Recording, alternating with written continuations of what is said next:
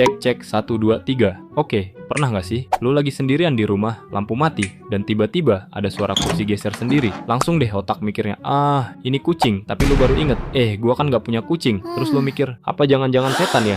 Nah, itulah hebatnya budaya kita. Begitu sensitif sama hal-hal yang nggak kelihatan. Indonesia tuh kayak surganya para setan. Bukan cuman karena hutannya masih banyak, rumah-rumah angkernya juga masih berdiri gagah, tapi karena manusianya juga sangat open-minded sama makhluk gaib. Waktu gua kecil, ada satu rumah kosong di gang sebelah. Semua anak di kampung sepakat rumah itu berhantu. Alasannya? Ya karena kosong aja. Di Indonesia, rumah kosong terlalu lama tuh kayak undangan resmi buat kuntil anak, genderuwo, wewe gombel, dan kawan-kawan. Gak ada akta tanah, gak ada sertifikat, tapi setan udah langsung klaim lahan. Dan bener aja, setiap malam pasti ada yang cerita. Semalam gua lihat perempuan rambut panjang, putih-putih, senyum ke gua dari jendela. Terus semua langsung percaya, karena siapa juga yang mau ngetes kebenarannya. Masuk rumah kosong jam 12 malam? Gak usah, makasih. Yang lucu, kita punya daftar hantu yang banyak banget, gak kayak di luar negeri yang main aman di vampire, zombie, atau werewolf. Kita punya kuntilanak, pocong, genderuwo, tuyul, lik, sundel bolong, suster ngesot, sampai yang paling absurd, kuyang. Itu loh, kepala doang terbang bawa organ dalam keliling kampung.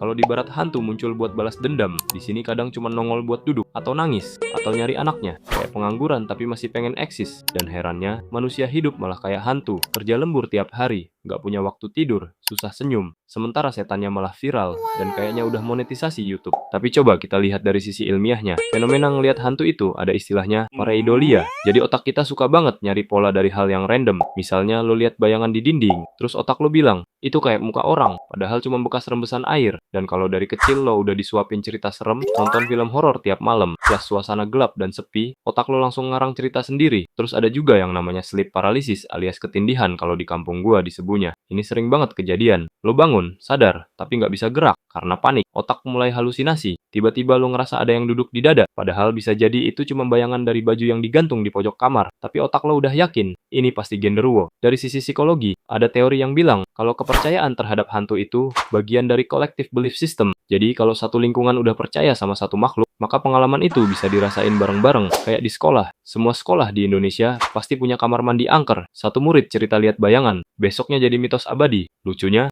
makin canggih teknologi, makin tinggi juga kepercayaan orang ke hantu. Kita udah punya CCTV, kamera inframerah, sensor gerak, tapi yang dicari tetap bukti penampakan. Padahal kalau lu tanya ke ilmuwan, setan itu nyata nggak sih? Jawabannya pasti. Belum ada bukti ilmiah yang valid, tapi coba suruh dia tidur sendirian di rumah tua jam 2 pagi. Beda cerita tuh. Industri setan tuh rame banget. YouTube, podcast, film, semuanya ngejual horor. Karena emang manusia suka takut-takutan, asal posisinya aman. Lu nonton film horor sambil peluk bantal, udah deh dapat tuh vibe-nya. Tapi coba deh kita pikir secara logika. Pocong, lu tuh ngapain sih loncat-loncat? Capek nggak tiap malam lompatin pagar orang? Kuntilanak, lu tuh kerjaannya nangis doang di pohon pisang. Kenapa nggak coba jadi voice over? Suara lu bagus tuh buat drama Korea. Tuyul, bisa nyolong duit tapi nggak bisa transfer ke rekening. Kuno amat. Kalau bisa pakai QRIS kan lebih efisien. Suster ngesot, udah ada kursi roda. Kenapa masih ngesot? Tapi kenapa ya? Kita masih percaya banget sama yang beginian. Jawabannya mungkin karena hantu udah jadi bagian dari budaya. Kita dibesarkan sama cerita-cerita serem, disuapin dari kecil. Dan entah kenapa, cerita horor itu selalu lebih seru buat diceritain. Bahkan nenek-nenek pun lebih jago cerita serem dibanding stand up comedian. Tapi sebenarnya ada sisi positif juga dari semua ini. Kadang karena takut hantu, orang jadi lebih sopan, gak buang sampah sembarangan, gak ngomong sembarangan, lewat pohon besar permisi, jadi lebih hormat sama alam. Jadi ya, selama kepercayaan ini gak sampai bikin hidup lo ribet, ya gak masalah. Tapi jangan semua hal lo salahin ke hantu. Duit hilang bukan karena tuyul, tapi karena lo emang pelupa. Jadi, hantu itu nyata gak sih? Secara ilmiah, belum tentu. Secara budaya, sangat nyata. Secara konten, cuan banget.